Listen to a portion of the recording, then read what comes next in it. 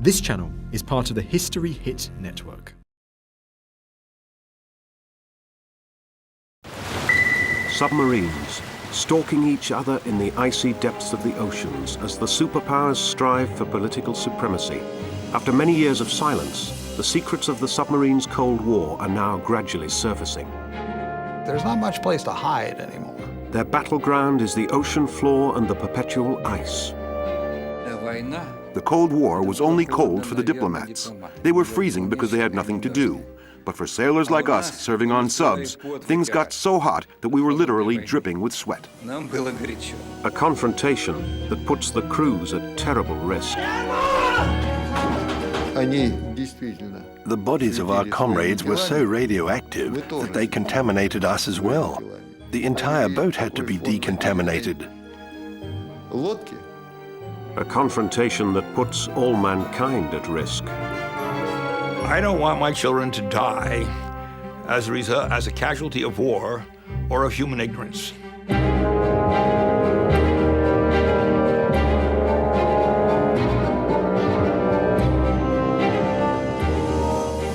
May 1945. The crews of Nazi Germany's last submarines surrender. They had been sent out to victory or death. It had been victory for none of them, but death for 7 out of 10.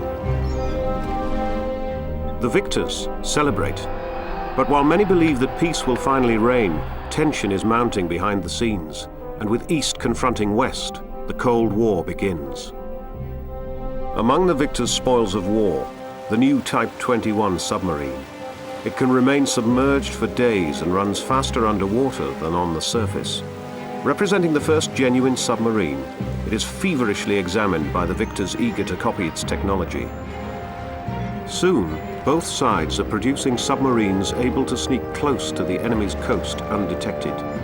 The Americans launched the new Guppy class, while the Soviets turned the Germans' Type 21 into Project 613, the Whiskey class, as NATO calls it.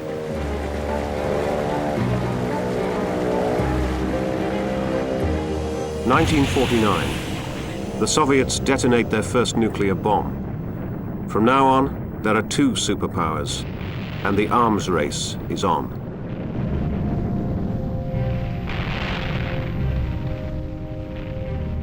The United States build their first nuclear reactors to power their submarines. The peaceful use of nuclear energy comes a far second. The initial goal is to create a superweapon. In 1954, the USS 571 Nautilus is launched, the world's first nuclear submarine. Technically, it's a nuclear-powered Type 21 submarine. It can remain undetected underwater for months, since its reactor only needs to refuel every 20 years. It produces a surplus of oxygen as well as electricity in abundance. Life on board a sub like this is almost luxurious. For the Soviets, the Nautilus is a nightmare. When the Nautilus was being built, an expert, who was apparently no expert on nuclear reactors, mockingly claimed in our media that a reactor was as big as a block of houses. He said a reactor as small as the one installed in the Nautilus could never work, that the Americans were just bluffing.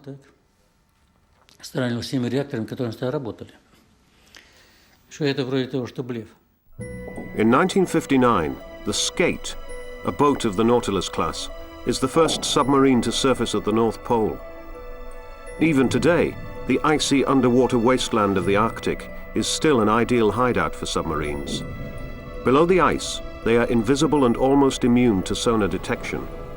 Since sound waves are refracted by billions of ice crystals, nature creates a near soundproof carpet, stretching all the way to the Soviet Union's northern coast.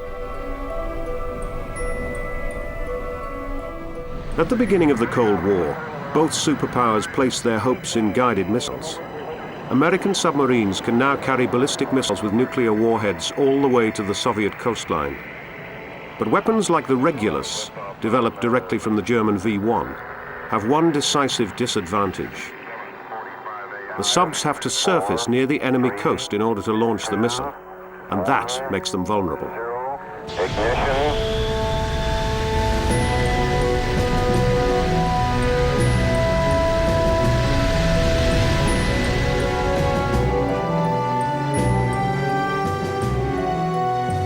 American scientists are looking for a remedy to that problem. When both nations were just spending all of their time in coming up with a deterrent, no one thought about ballistic missiles and submarines.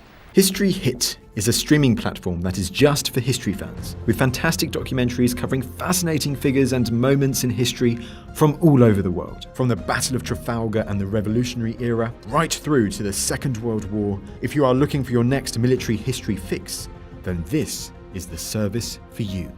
We're committed to bringing history fans award-winning documentaries and podcasts that you cannot find anywhere else. Sign up now for a free trial, and War Stories fans get 50% off their first 3 months. Just be sure to use the code WARSTORIES at checkout.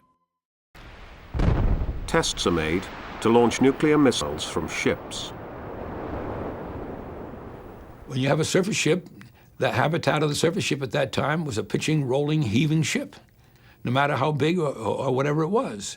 And the habitat in which you launched liquid-fueled missiles has to be an absolutely stable habitat. John Craven is in charge of the Polaris missile project. When Craven proposes to install the Polaris on nuclear submarines, the Navy is thrilled. Until now, the capacity for nuclear strikes has been a privilege of the Air Force. And then things got hairier and hairier as it looked like the Russians were going to do more. And so they came to us and they said, can you get more than one submarine in 20 years? And we said, well, we can take 4 submarines that we have now and cut them in half and put in a missile section, and we can have those 4 submarines at sea in less than 4 years. And so, indeed, 4 submarines are cut in half and rebuilt with missile sections. A segment with 16 missile shafts is simply welded in place behind the tower, and thus series production begins. By the time we finished, which only took maybe 10 or 12 years, we had built 41 submarines, and we had what we called the Boat of the Month Club. We commissioned a full nuclear submarine with 16 missiles once a month for 18 months.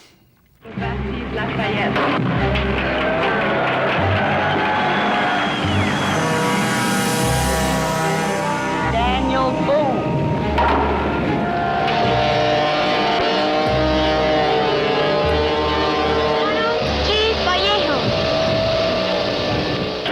The strategy of deterrence comes into its own. The concept owes much to Craven, since his ballistic submarines guarantee the capability for a second strike. But a decisive part of deterrence is being vulnerable yourself, keeping both superpowers from playing with the idea of an all-out nuclear attack. I mean, America's ballistic missile submarines are really formidable. I mean, one boomer can cause 50 million casualties. Deterrence works, but there are some who believe in absolute superiority and want to dispense with the concept of mutual vulnerability, especially Edward Teller, the father of the hydrogen bomb. Every time I would meet with Edward Teller, he would tell me we were going to have a nuclear war with the Soviet Union within 5 years. And I met with him over a period of almost 30 years, and every time I would meet with him, I would say to Edward, you told me we'd be having a nuclear war with the Soviets by this time. And he would look at me and darkly, and he'd say, we will have one within the next 5 years, okay? And it was always 5 years, and it was repeated all of the time. Well, it's because he wanted it. He wanted it because his family was destroyed by the Soviets. Okay, and so he just had this tremendous desire to get even. The Soviets also have a strong desire to get even, but not until 1958 do they succeed in completing their first nuclear submarine, 4 years after the Nautilus was built. K3 and its sister ships have no missiles on board, though. They are built in haste and not properly tested before being put into service.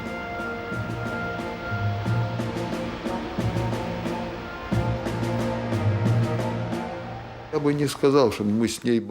wouldn't say we struggled with our nuclear technology, but it's true that we had to experiment with the technology and with our own bodies as well. Technically, the boats are far from perfect. the crew's safety is a low priority for the Soviet Navy. The mission is far more important than the lives of the sailors, an approach which is accepted by the crew of nuclear submarine K-19 with a typically Russian fatalism. Сказать, что пока были лодки первого поколения, на них The crews of that first generation of submarines were made up of very simple peasants and workers. больше, как говорится, народ так, это The рабочие second and крестьяне. third generations of our submarines were technically better equipped and made use of previous experience.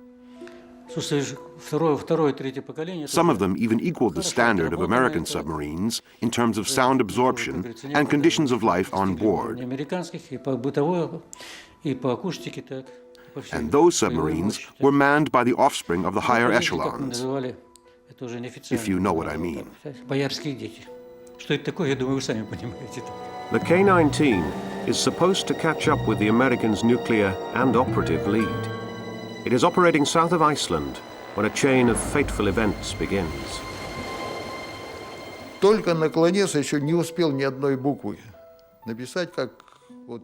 I bend forward and I'm taking some notes when I suddenly look up as if something had bitten me. The instrument in the bottom row, the indicator for the primary cooling system, shows that there is zero pressure. An instant ago, it had shown 200 atmospheres.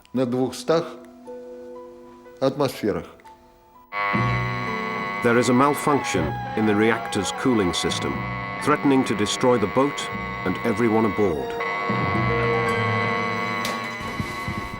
8 men volunteer to enter the reactor compartment for emergency repairs.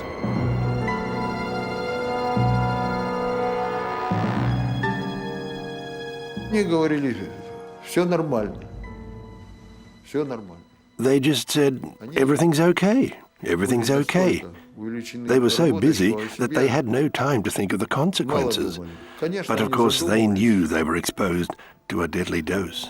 Понимали, что они получат страшные дозы. Everyone knows the men who save their comrades' lives by repairing the system will not outlive their heroic deed. У них раздулись шеи. Their necks were so swollen that their shoulders began at their ears. But that wasn't all. Their vocal cords were damaged. Their voices had totally changed. They sounded strange, like dwarves with a falsetto. Звук был вот такой, как вот лилипуты. Знаете, у них свой тембр голоса. Due to the radiation, their faces were unrecognizable. Swollen so badly, they looked as if they'd been attacked by wasps. The skin on their faces was dark red, the color of old bricks. Такой вот темного старого кирпича. But following the makeshift repair, the cooling system breaks down again. Another volunteer has to enter the reactor room, a man who saw what had happened to his comrades. Another crew member sacrifices himself. Ничего мы не знали. We didn't know how bad the radiation was because the men who measured the radioactivity were not allowed to tell the rest of the crew what they knew. We didn't know how contaminated their bodies were, what dose they had received. We only knew that the indicators on all the boat's measuring instruments couldn't go any higher.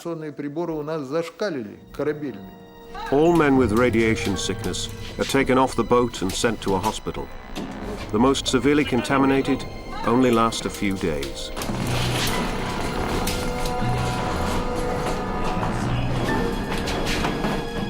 И вдруг сначала у Повсева.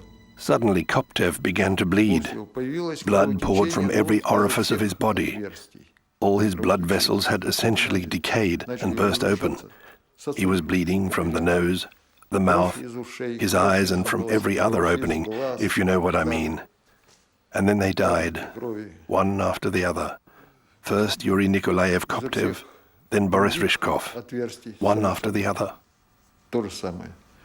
Сначала вот слег Юрий Николаевич Повстев. The Soviets try to catch up with American technology, but neither their missiles nor their submarines measure up to American standards. So the Navy stages a trick when demonstrating their prowess to Khrushchev. The first Soviet underwater missile is launched from a diesel-powered submarine moving parallel to a nuclear sub, to make Khrushchev believe the USSR has caught up with the Americans. The Soviets' first ballistic submarines are usually powered by diesel-electric engines, like the boats of World War II, yet they still represent a threat to the Americans. We want to make sure that no Russian ballistic missile submarine is going to be on station without our knowing that it's on station. That's why the Americans cover the ocean floor with microphones programmed to detect submarines. The bugging system is called SOSUS, Sound Surveillance System. All you hear about the U.S. not having a good intelligence system is just pure bullshit, okay? The SOSUS network is expanded, the system refined until no Soviet ship and no Soviet submarine can travel the world's oceans without being detected. While the Americans know the whereabouts of every Soviet submarine, the Russians have no comparable system. But when Craven speaks of a good intelligence system, he doesn't only mean SOSUS. The Americans are also up to date about the Soviet Union's internal political and military matters, sometimes even better than the Soviet government itself. We continuously educated the rulers of the Kremlin that the paranoid part of their community was going to have a coup sooner or later.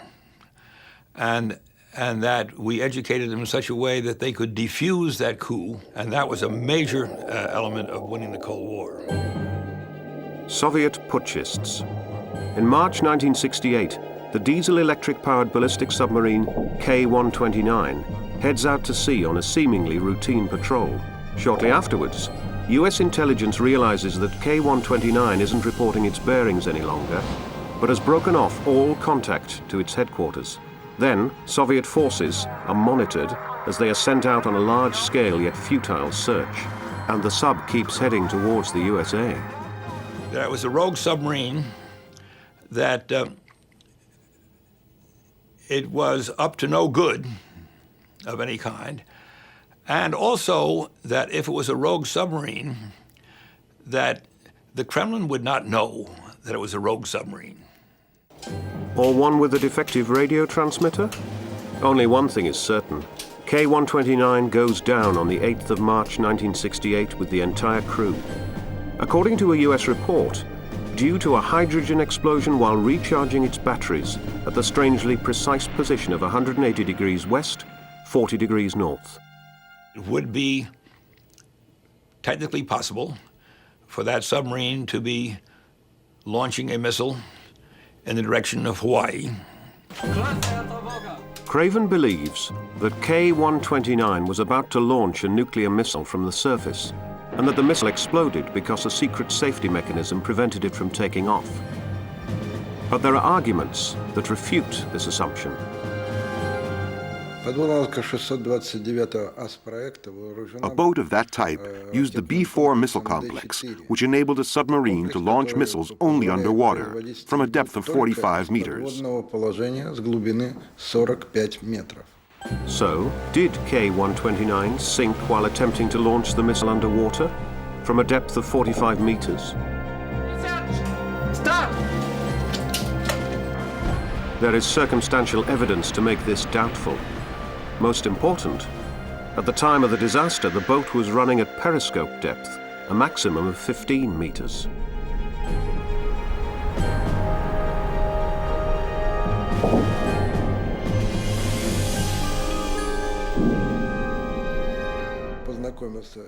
I saw the photos the Americans took of the K-129 lying on the ocean floor with all its periscopes extended. That's clear-cut evidence that the boat was no deeper than 15 meters.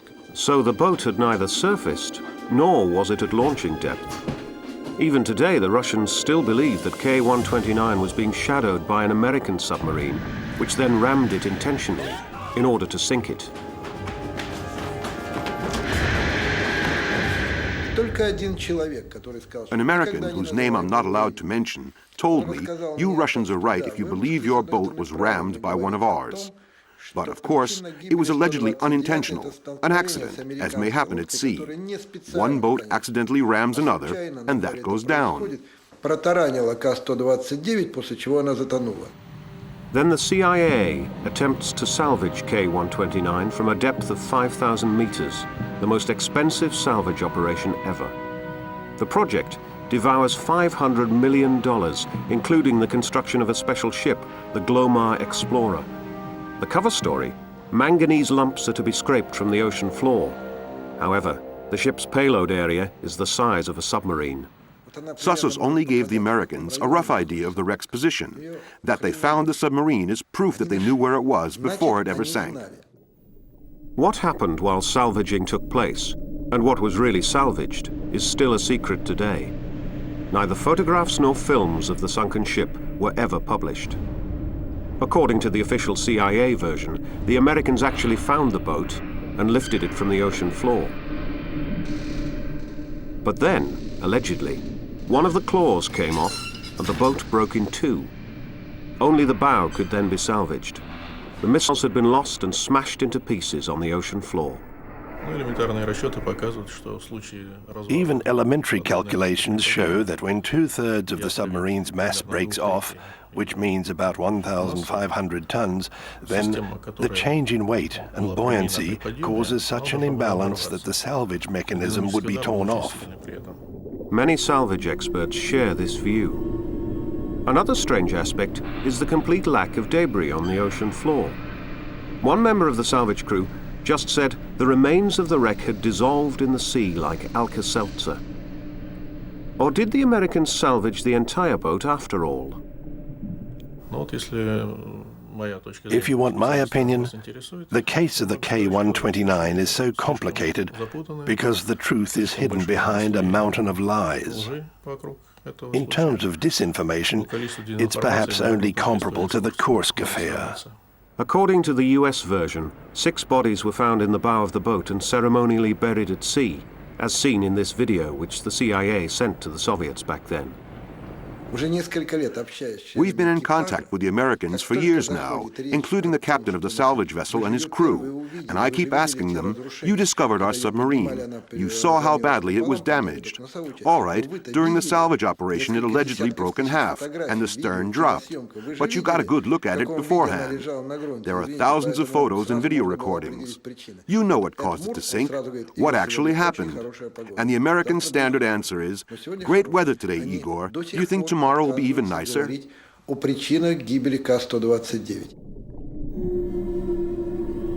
Salvaging sunken objects from the bottom of the ocean. The Americans seem rather bitten by the idea. John Craven is charged with a secret project which has only gradually become public. NR-1 is the smallest nuclear submarine of the US fleet. It can dive down to 1,000 meters, 3 times as deep as a normal submarine.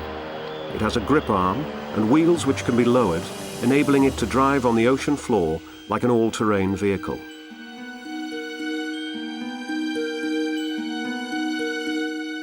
One of the missions that we had early on is simply the mission of identifying all of the nuclear weapons that were lying on the ocean floor as a result of having been lost by airplanes that have gone down or submarines have gone down.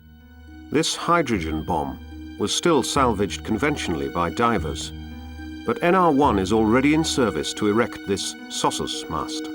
When you get close to the bottom, you're close to objects you don't want to run into, and you have to be able to hold position. And we had a couple of ways to do it. We would lower the wheels and then set the submarine on the bottom, take on a little extra weight, and then the current wouldn't move you around, and we could actually drive right up to what we wanted to look at. In high spirits, the young crew tumbles down a slope on the ocean floor. They have weighted down the bow of the submarine with ballast water to keep it on the bottom. But as a side effect, the boat accelerates. As we rolled along, we approached a side arm of the canyon that was just literally a vertical cliff, and the sonar just looked out past it and didn't see anything. The NR-1 plunges into the canyon like a nose-diving plane. The crew tries to stop its fall, but with the bow full of water, they are unable to straighten it up. There was no way to stop the fall because the thrusters would no longer hold it up. The NR-1 finally comes down in a sort of emergency landing at the bottom of the canyon. But they aren't out of danger yet. The impact stirs up a cloud of mud. They can't see a thing. Moving around much would cause an underwater landslide, if you will, or cause a kind of a mud flow to come down the canyon. And if that happened, or even if some mud fell in, then the ship would be trapped on the bottom. By moving back and forth and slowly rocking the boat, they are able to free themselves from the mud. It was a close call, but they are lucky this time.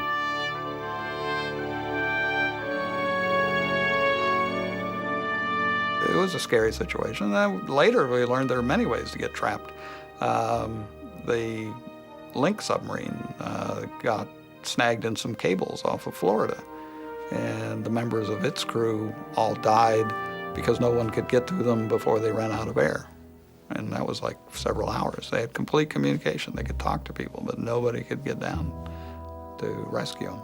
NR-1 is a boat that was specially built for espionage.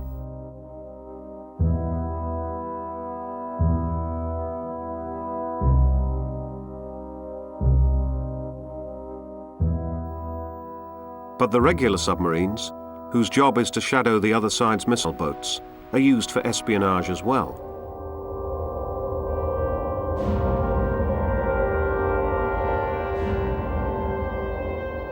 They are sent out on photo intelligence and electronic reconnaissance missions, and they carry divers for special operations. Craig Reed was one of them. And what Navy divers were involved with were a number of operations. They included various espionage operations. This could be photint or photo intelligence. It was also mundane in some respects, in that Navy divers did get involved with retrieval of various different expensive objects that were dropped over the side. For these kind of operations, the divers are issued with special vehicles, just like James Bond.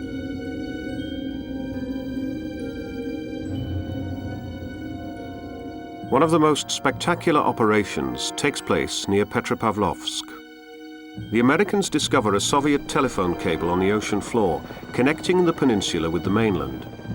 The cable runs at a depth of 200 meters, deep enough for the Soviets to presume it's safe, an error that is to have severe consequences. So we tapped it. We basically put an induction coil across it, and we were able to pull the signals out of it and put those into a recording device. This operation became very sophisticated to the point where we actually had a device that looked like a 55-gallon drum with a plutonium-238 reactor in it.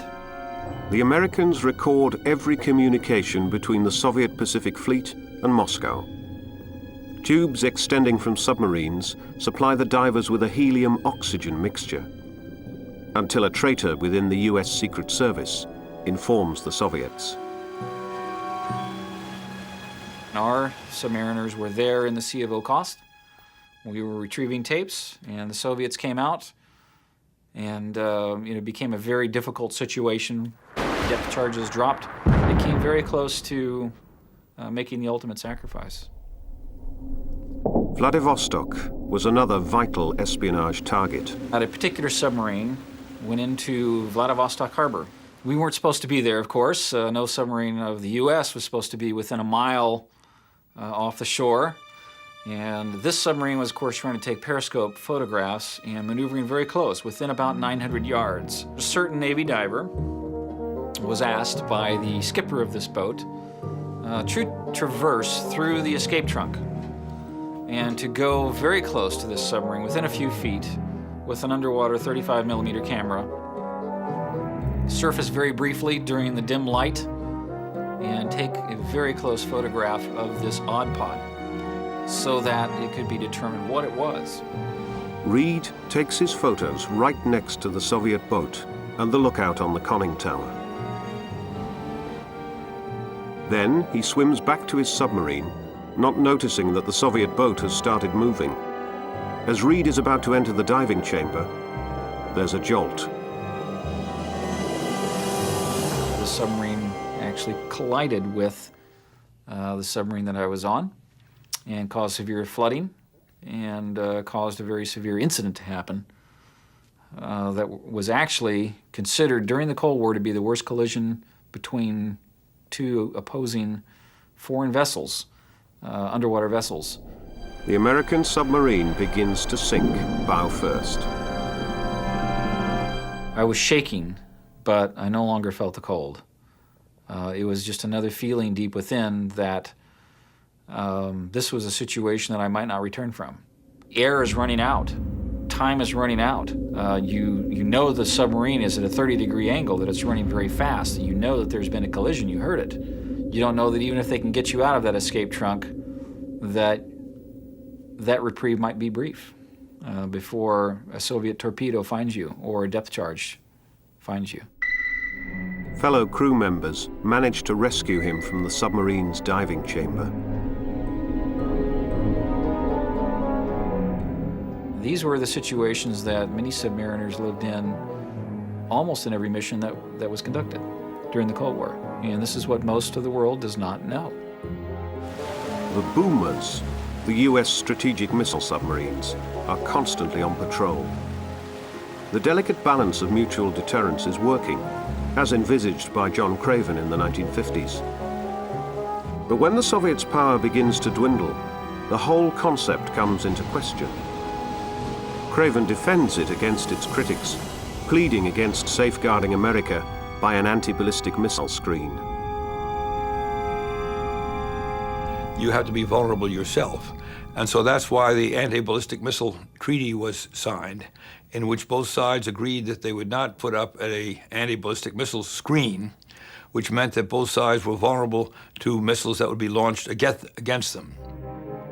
But the new ideology is gaining more and more supporters while the Soviet Union grows weaker and weaker. The hawks in the USA feel it's time to get tough. Then Ronald Reagan becomes president. He fundamentally changes the strategy of the USA. He no longer relies on the balance of terror, but invests in a protective ABM shield and miniature nuclear weapons like this nuclear mine, which can be carried by divers. The Americans no longer want to survive the Cold War. They want to win it. As soon as Reagan came in, every single one of us who had fought against the tactical missile, okay, was dropped from every advisory committee that we ever served on. We were purged, just purged. Richard Sale is the Secret Service correspondent for UPI. He knows many of those then involved, especially inside the Reagan administration.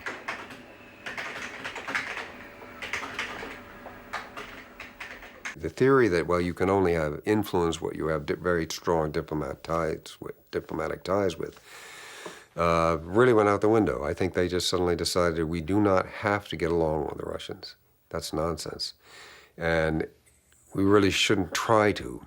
The United States has this enormous pent-up force. It's both financial and it's military, and we should just put them in their place. We should show them who's boss. It was very, very, eyeball to eyeball kind of thing.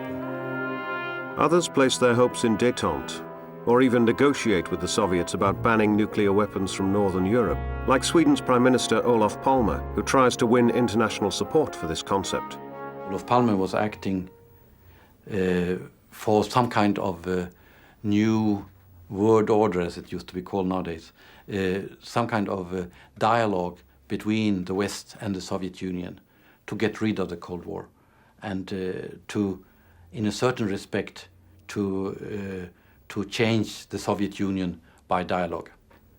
And this was an idea that the Americans did not believe in, and they thought it was unacceptable. The United States was really assuming a very, a hit-first attitude. I mean, we were very truculent, we were very bellicose, and we were on the march, and we were out to humiliate the Soviet Union if we could. But the Soviet Union seems able to do this without help from the United States. On the 27th of October 1981, the Soviet Sub-137 runs aground 30 kilometers off Sweden's naval headquarters at Karlskrona. The Soviet Union was caught with its pants down, and the only reason I think I went on the story was the immediate reaction in the U.S. press was so organized, so loud, and so well coordinated. It struck me as orchestrated, and they were lying in wait for this to happen.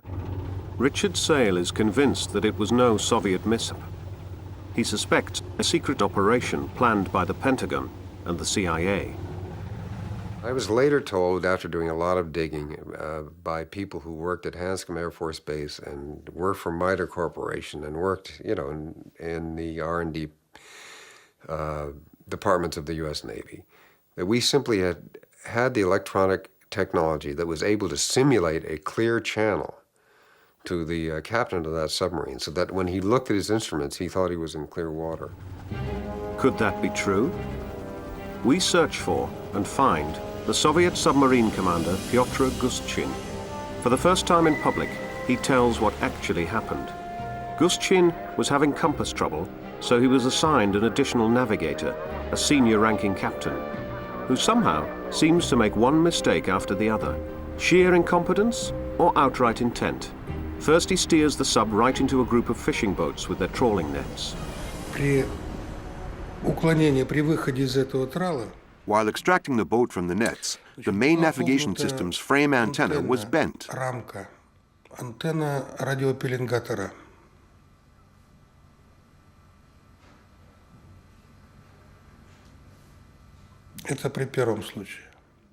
The second time we were caught in the nets, the echo sounder's receiver broke down, so we could no longer determine our location.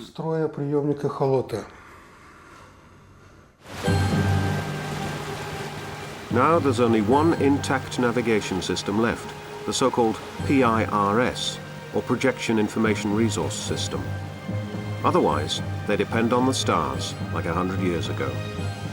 But the sky is overcast, and the two officers argue about their correct position. They keep getting different readings, and in the end, the senior navigator gets his way. And just at that moment, the last intact system for determining our position, PIRS, broke down too. The stranded sub is a media scoop. It was clearly a propaganda coup, and clearly designed to be one, and it was very well executed. U-137, das der unglückselige Kapitän Pyotr Gustchin auf eine Klippe vor Karlskrona gesteuert hatte, beherrscht in diesen Tagen uneingeschränkt die Bildschirme und die Schlagzeilen in Schweden. Ja, wir haben ja hier in der Redaktion viele Stimmen, Lesestimmen und so weiter gehört und viele aggressive Stimmen. Und das ist vielleicht natürlich, finde ich persönlich, etwas gefährlicher auch. Kein Wunder also, dass die Frage, wie man seine Neutralität verteidigen kann, das Gesprächsthema dieser Tage war. Für die Politiker war die unerwartete Möglichkeit, das Stimmungsbarometer in dieser Frage zu studieren, von großem Interesse. Denn Anfang des Jahres wollte der Reichstag ohnehin die Verteidigungsplanung für den Rest der 80er Jahre debattieren.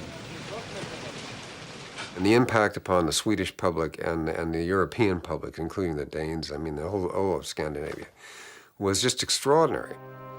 Neutral Sweden somehow seems to stand in the way of the interests of a superpower. But of which one? The Soviets, whose submarines now literally seem to be popping up everywhere off the Swedish coast? Two men were closely involved in these events. Ola Thunander was an advisor on submarine issues to the Swedish government. Lieutenant Colonel Sven-Olof Kviman was the district commander who chased the foreign subs, which now are also launching divers. There is little doubt that the intruders are Soviets.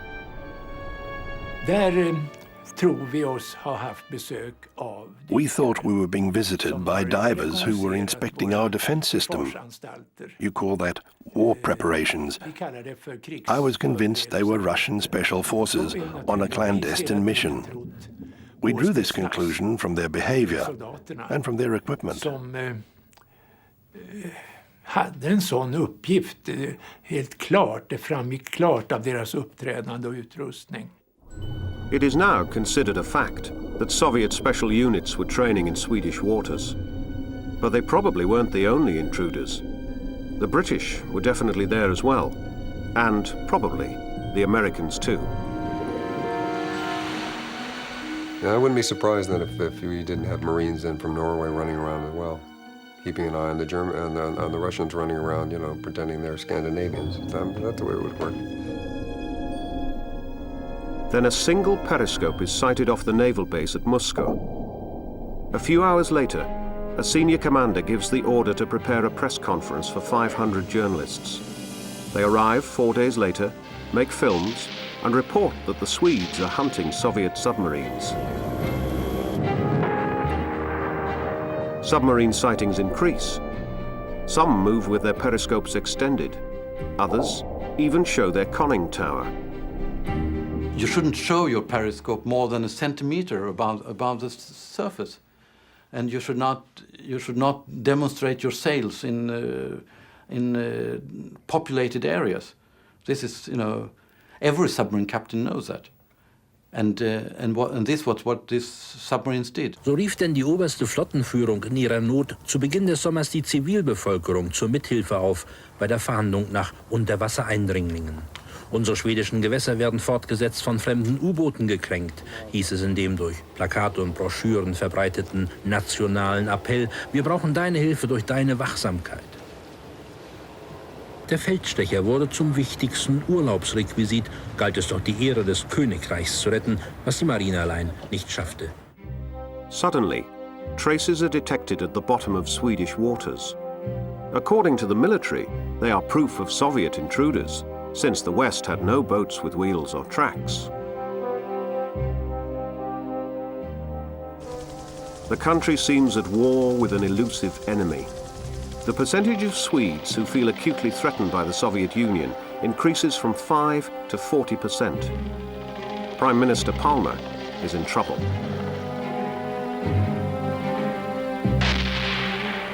Dass es gerade eine solche Gelegenheit ist, wo wir ganz klar unser Territorium wehren müssen. Solche Grenzkränkungen können wir nicht erlauben.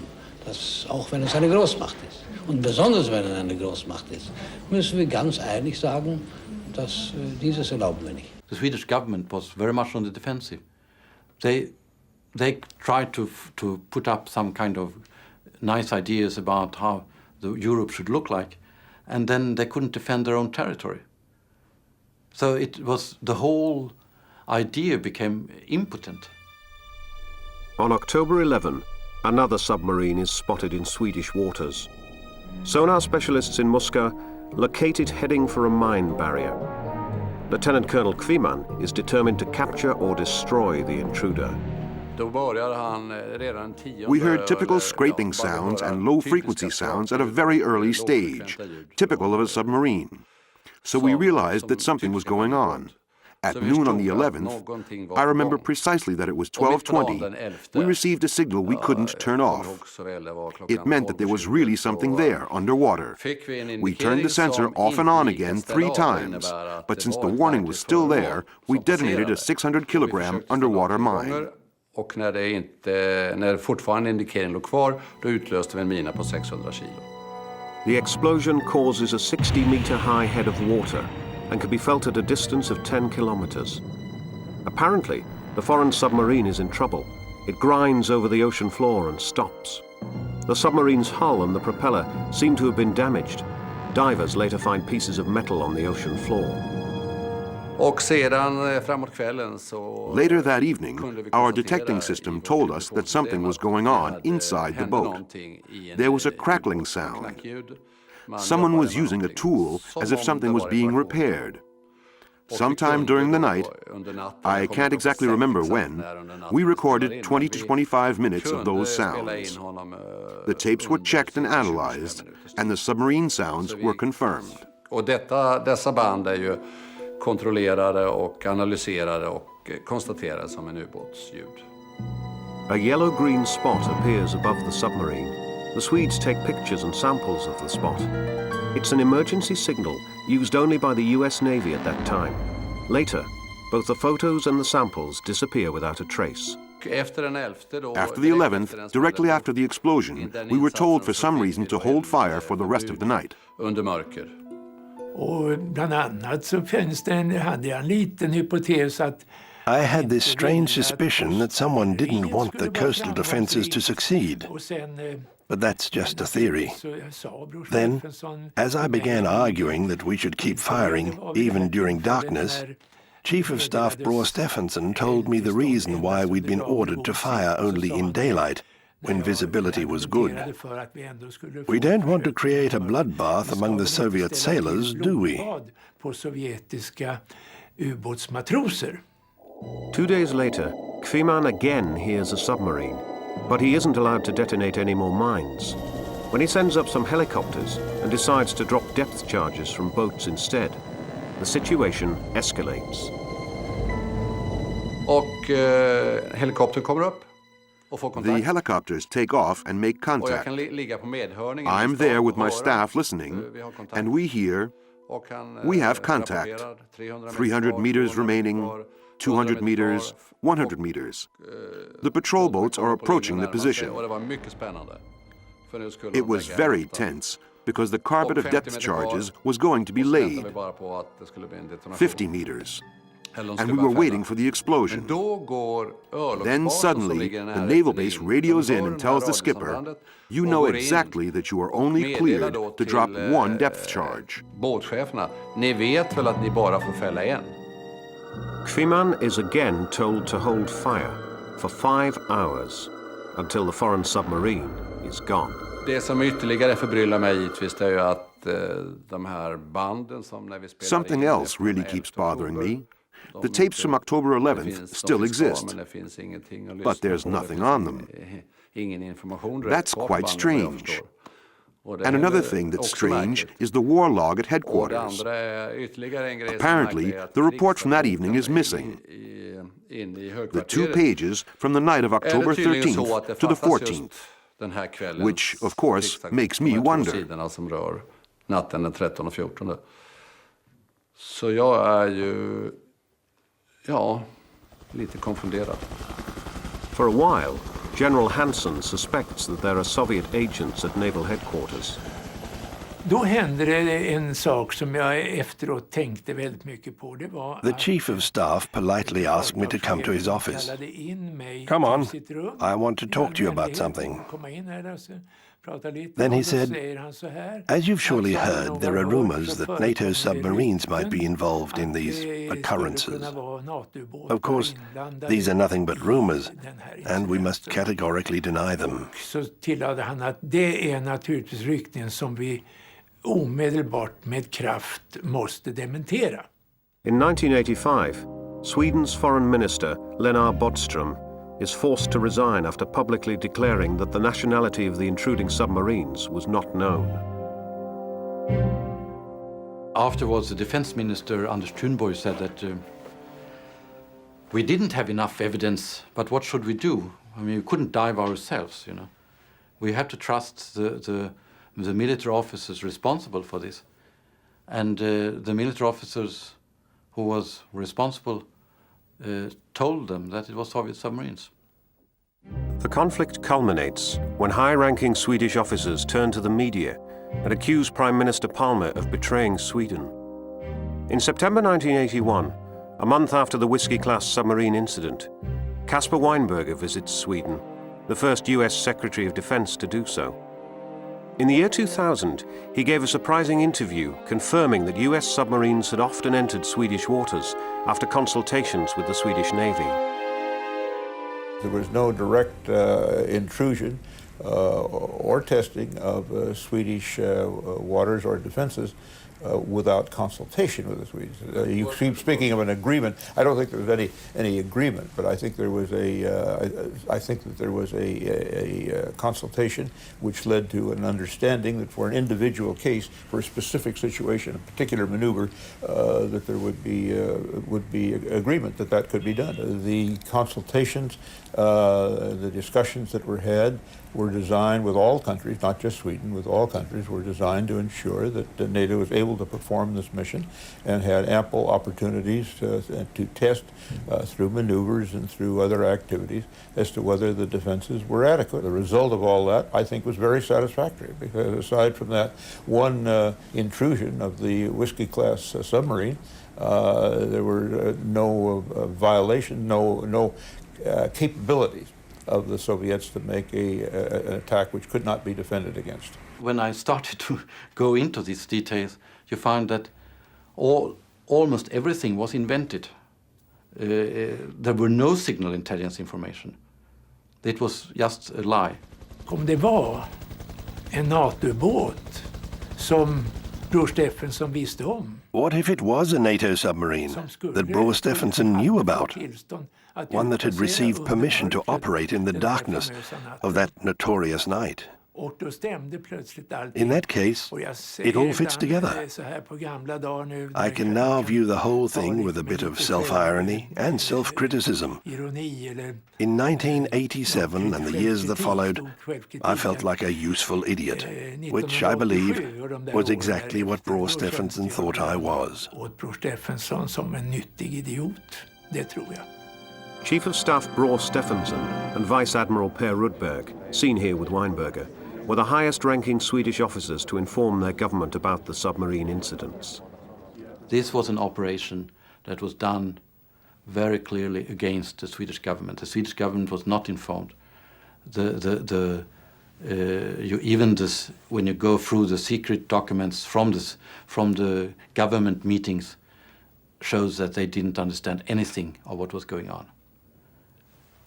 So it was an operation that was run by a few naval officers on the Swedish side and the Americans and the British. Submarines, secret weapons for psychological warfare against a presumptuous government that feels entitled to choose its own path. It was an enormous instrument for manipulating a country. You transform the whole mass media in a country by creating incidents.